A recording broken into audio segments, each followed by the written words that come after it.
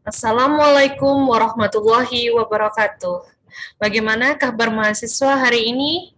Semoga sehat selalu sehingga bisa mengikuti kegiatan perkuliahan dengan baik. Pada pertemuan kedua ini, melanjutkan di pertemuan sebelumnya terkait dengan open coding, di pertemuan kedua kita akan membahas terkait dengan axial coding, yaitu tahap kedua dalam proses pengkodingan.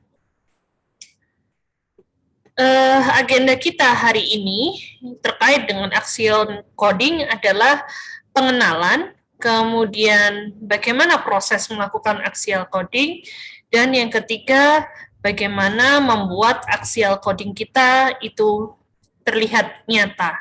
Jadi betul-betul dari data yang mentah atau raw data, kita open coding dan kita bentuk menjadi axial coding. Apa itu axial coding? Axial coding adalah salah satu tahap pengkodan di mana kita membuat kode secara spesifik dari raw data atau data mentah. Kode ini tujuannya adalah untuk membantu kita menemukan poin-poin penting dalam data yang kita miliki. Bagian ini juga merupakan bagian dari analisis data kualitatif. Seperti yang kita kemukakan, kita bahas, kita diskusikan di pertemuan pertama, langkah-langkah dalam pengkodean dimulai dari mengumpulkan data, kemudian open coding, kemudian axial coding, dan yang terakhir adalah selective coding. Pada tahap axial coding, kita menemukan hubungan antara kategori-kategori yang telah kita tentukan pada saat open coding. Hubungan ini macam-macam, bisa hubungan sebab akibat, atau persamaan, atau perbedaan, dan yang lain-lain, tergantung dari data yang kita analisis nantinya. Proses dari coding itu dimulai dari open coding, axial coding, dan selective coding. Nah, axial coding adalah proses di mana data disatukan kembali secara baru, disatukan lagi ya secara baru setelah pengkodean terbuka. Kita ingat di pengkodean terbuka atau di open coding tadi, datanya udah dipisah-pisah dalam bentuk beberapa segmen, begitu kemudian dimasukkan di dalam tabel, kita tentukan kategorinya, subkategorinya, kemudian kita berikan label. Nah, di axial coding, data yang sudah kita pisah-pisah disatukan kembali, gitu. Kemudian menyatukannya tentunya dengan mengaitkan kategori-kategori yang ada. Semacam itu. Sehingga kita memiliki big konsep pemahaman yang utuh terkait dengan materi yang atau peubah yang sedang kita teliti. Tahapan pada axial coding pada dasarnya memiliki langkah dan proses yang sama pada saat dengan open coding, tetapi lebih diarahkan pada penemuan dan penghubungan antar kategorinya. Jadi antar kategori ini mau disatukan, nah penyatunya itu apa? Pasti kita harus bisa menemukan hubungannya. Salah satunya mungkin hubungan sebab akibat, gitu ya. Contohnya. Kemudian proses mengorganisasikan data dengan cara baru melalui dikembangkannya hubungan-hubungan atau koneksi di antara kategori-kategori yang ada, atau di antara kategori dengan subkategori atau dengan subkategori yang ada di bawahnya. Gitu ya. Jadi hubungannya tidak hanya hubungan yang setara yaitu antar kategori, tapi juga hubungan antara kategori dengan subkategori yang ada di bawahnya. Ada beberapa istilah penting yang akan saya ulang pada saat coding. Yang pertama, label. Memberikan nama dari setiap pengelompokan intisari atau kata kunci. Contohnya, sayur, telur, daging, sapi, ikan, itu adalah label untuk makanan bergizi. Selanjutnya, cimol, lidi-lidian, seblak, itu adalah label untuk makanan tidak bergizi. Selanjutnya, ada juga yang disebut sebagai kategori. Kategori adalah konsep yang sifatnya abstrak yang digunakan dalam penelitian kualitatif. Contohnya praproduksi, produksi, dan pasca produksi. Berikutnya, model hubungan dalam axial coding itu ada bermacam-macam. Seperti yang tadi saya bilang, ada kondisi sebab, akibat. Suatu kategori adalah sebab dan dari kategori yang lain.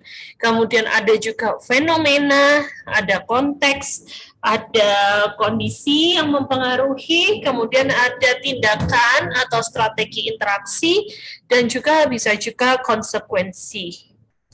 Kita bisa memilih dari beberapa model hubungan ini mana yang sesuai dengan kategori-kategori atau subkategori yang ada pada data kita. Contohnya sekarang, yang pertama adalah sebab akibat. Kondisi sebab akibat mengacu kepada peristiwa atau kejadian yang mengarah pada terjadinya atau perkembangan suatu fenomena. Misalnya, apabila kita tertarik dengan fenomena celebrity worship, kita mungkin menemukan bahwa pemujaan terhadap idola itu disebabkan oleh ketertarikan yang berlebihan pada idolanya. Kejadian seperti itu menyebabkan atau membawa seseorang mengalami pengalaman yang disebut sebagai fenomena celebrity worship.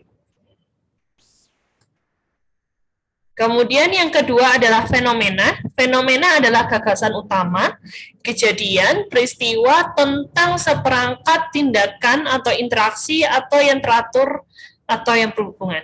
Untuk mengidentifikasi fenomena dilakukan dengan mengajukan pertanyaan, data ini mengacu kepada hal apa, tindakan atau interaksi itu tentang apa, bagaimana cara melakukannya, dan seterusnya. Fenomena dan kondisi sebab akibat itu sebetulnya ada kaitannya. Bisa dijelaskan sebagai berikut. Kondisi sebab akibat memuja selebritis, gitu ya. Nah, memuja selebritis ini adalah akibat dan sebabnya itu adalah kecintaan. Nah, ciri perilaku memuja selebritis itu yang pertama menuhankan, memuji atau mengagungkan, kemudian yang terakhir adalah adanya rasa cinta yang berlebihan. Nah, dimensi khusus untuk fenomena celebrity worship antara lain ada intensitas, durasi, dan lokasi. Intensitasnya di sini didefinisikan dengan tinggi, durasinya adalah terus-menerus, lokasinya adalah di perasaan. Nah, berarti di sini kita menemukan dalam suatu raw data kita menemukan axial codingnya berupa kondisi sebab akibat sekaligus sebagai fenomena. Fenomenanya adalah celebrity worship, sebab akibatnya adalah sebabnya memuja selebritis, akibatnya adalah memuja selebritis, dan sebabnya adalah rasa cinta pada selebritis tersebut. Berikutnya adalah konteks. Sebuah konteks merepresentasikan serangkaian ciri khusus yang berkenaan dengan fenomena, yaitu lokasi kejadian yang berkaitan dengan fenomena sepanjang rentang dimensional.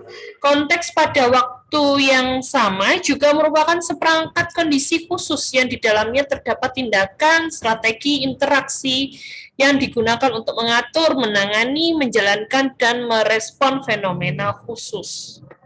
Contohnya, untuk yang konteks, nah, tadi kan yang kondisi sebab akibat sudah ya, memuja selebritis disebabkan dari rasa cintanya, fenomenanya celebrity worship. Kemudian ciri perilakunya sudah ada, dimensi khususnya juga sudah dijelaskan, konteks celebrity worship-nya. Konteksnya di sini dalam kondisi memuja-muja seorang selebritis. Yang kedua, terus-menerus, intensitas tinggi, perasaan cinta, dan berlebihan. Berikutnya adalah kondisi yang mempengaruhi. Kondisi ini berfungsi untuk memperlancar atau menghambat tindakan strategis interaksi yang dilakukan dalam konteks yang khusus. Kondisi intervening berkaitan dengan tindakan atau strategi interaksi. Kondisi dapat dalam bentuk waktu, ruang, budaya, status ekonomi, karir, dan seterusnya. Kemudian jika dikaitkan dengan penelitian dalam pendidikan matematika, kondisi bisa juga terkait dengan kondisi siswa, pengalaman belajar siswa, pengetahuan awal yang dimiliki siswa, pengetahuan prasyarat, dan seterusnya. Kondisi-kondisi ini memiliki rentangan dari yang paling dekat atau pendek sampai dengan yang paling jauh atau panjang. Contohnya, Anda berada dalam lingkungan sosial dan juga memiliki kecintaan terhadap idola Anda. Bahkan teman-teman terdekat juga sangat mencintai idola Anda. Hampir setiap hari yang dibicarakan adalah mengenai sosok idola Anda dan kehidupan sehari-harinya. Hal tersebut membuat Anda makin lama makin tergila-gila pada idola Anda. Berarti di sini kondisi yang mempengaruhi itu adalah kondisi lingkungan sekitar yang membuat Anda semakin tergila-gila pada idola Anda. Kemudian, yang berikutnya adalah tentang tindakan atau strategi interaksi, begitu. Pada dasarnya di sini ada istilah yang namanya grounded theory atau salah satu jenis penelitian kualitatif ya. Grounded theory itu merupakan metode penyusunan teori yang berorientasi pada tindakan atau interaksi, mencerminkan tindakan atau kegiatan apa yang dilakukan untuk menangani fenomena yang dialami. Jadi dari beberapa fenomena-fenomena kita bisa memunculkan, menghasilkan satu teori baru. Contohnya, kemudian konsekuensi berikutnya, tindakan atau interaksi yang diambil untuk merespon atau menangani suatu fenomena akan mendapatkan hasil atau konsekuensi. Hal ini mungkin tidak dapat selalu diprediksi. Dan yang ketiga yang perlu diwaspadai adalah kegagalan mengambil tindakan atau interaksi juga mendapat hasil atau konsekuensi walaupun mungkin nilainya adalah negatif. Ada contohnya bagaimana untuk konsekuensi? Masih tentang topik yang sama, yaitu celebrity worship, terutama dari peran orang tua dan instansi pendidikan memberikan pengarahan dalam menggunakan media komunikasi. Kedua, orang tua perlu berkomunikasi secara intens untuk mengetahui kegiatan anak. Dan yang terakhir adalah dukungan moral dari keluarga dan lingkungan sekitar untuk menyadarkan anak dan mengalihkan perhatian anak untuk kegiatan yang lebih positif. Ya. Konsekuensinya di sini adalah anak akan mengurangi kecintaan, kegilaan, dan pemujaannya. Itu konsekuensi yang diharapkan. Nah, proses dalam axial coding itu bisa dijelaskan menjadi 3 ini. Yang pertama adalah organizing, yang kedua adalah detailing, dan yang ketiga adalah integrating atau connecting. Organizing, di tahap organizing kita melakukan pengelompokan setiap hasil wawancara dari informan 1, informan 2, informan 3, dan seterusnya berdasarkan kategori-kategori yang telah kita tetapkan sebelumnya. Itu ya, mengorganizing, mengatur lagi, dikelompokkan berdasarkan kategori. Detailing, pada tahap detailing setiap kategori dijabarkan menjadi dimensi-dimensi yang lebih detail lagi. Kemudian hasil wawancara dari informan 1, 2, dan seterusnya dikelompokkan berdasarkan setiap dimensi dan indikator yang ada. Dan yang terakhir adalah connecting, di mana setiap hasil wawancara dari informan yang telah dikelompokkan dihubungkan satu dengan yang lainnya per setiap dimensi, indikator, dan kategorinya. Tujuannya adalah untuk mendapatkan temuan yang lebih komprehensif terkait dengan data yang telah kita pelajari. Kemudian cara membuatnya sekarang, membuat kerangka axial coding kurang lebih seperti ini. Di situ ada perilaku menonton drama Korea.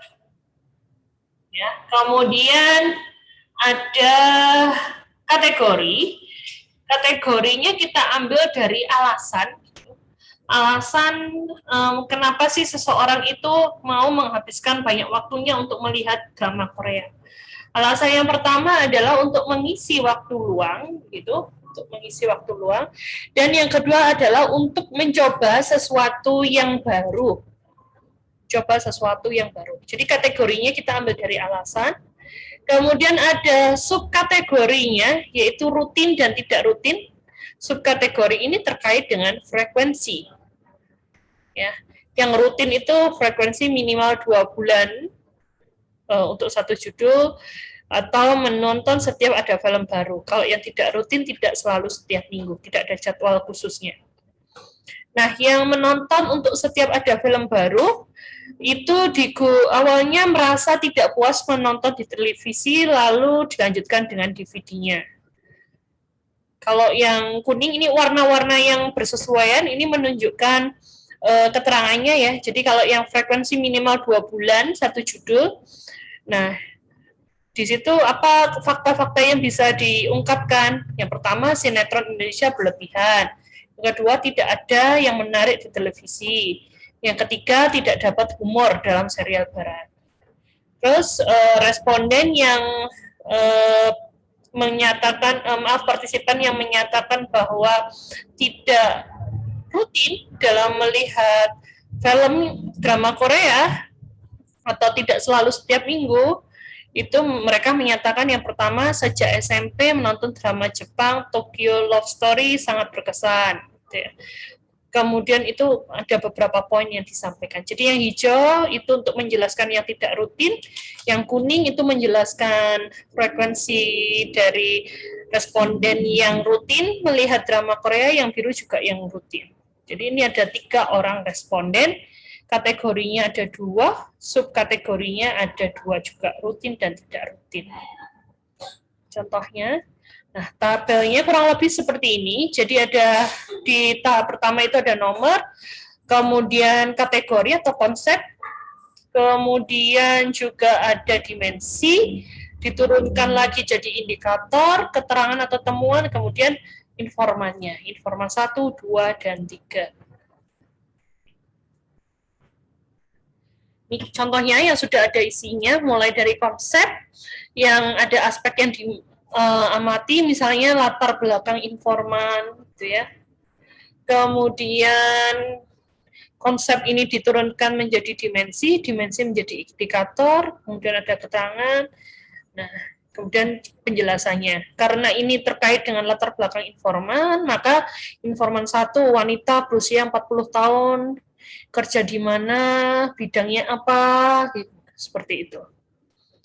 Jadi ini Excel coding. Kalau tadi di open coding, di pertemuan sebelumnya open coding itu datanya yang sudah dalam bentuk banyak, data mentah raw data itu dibuat dalam bentuk segmen.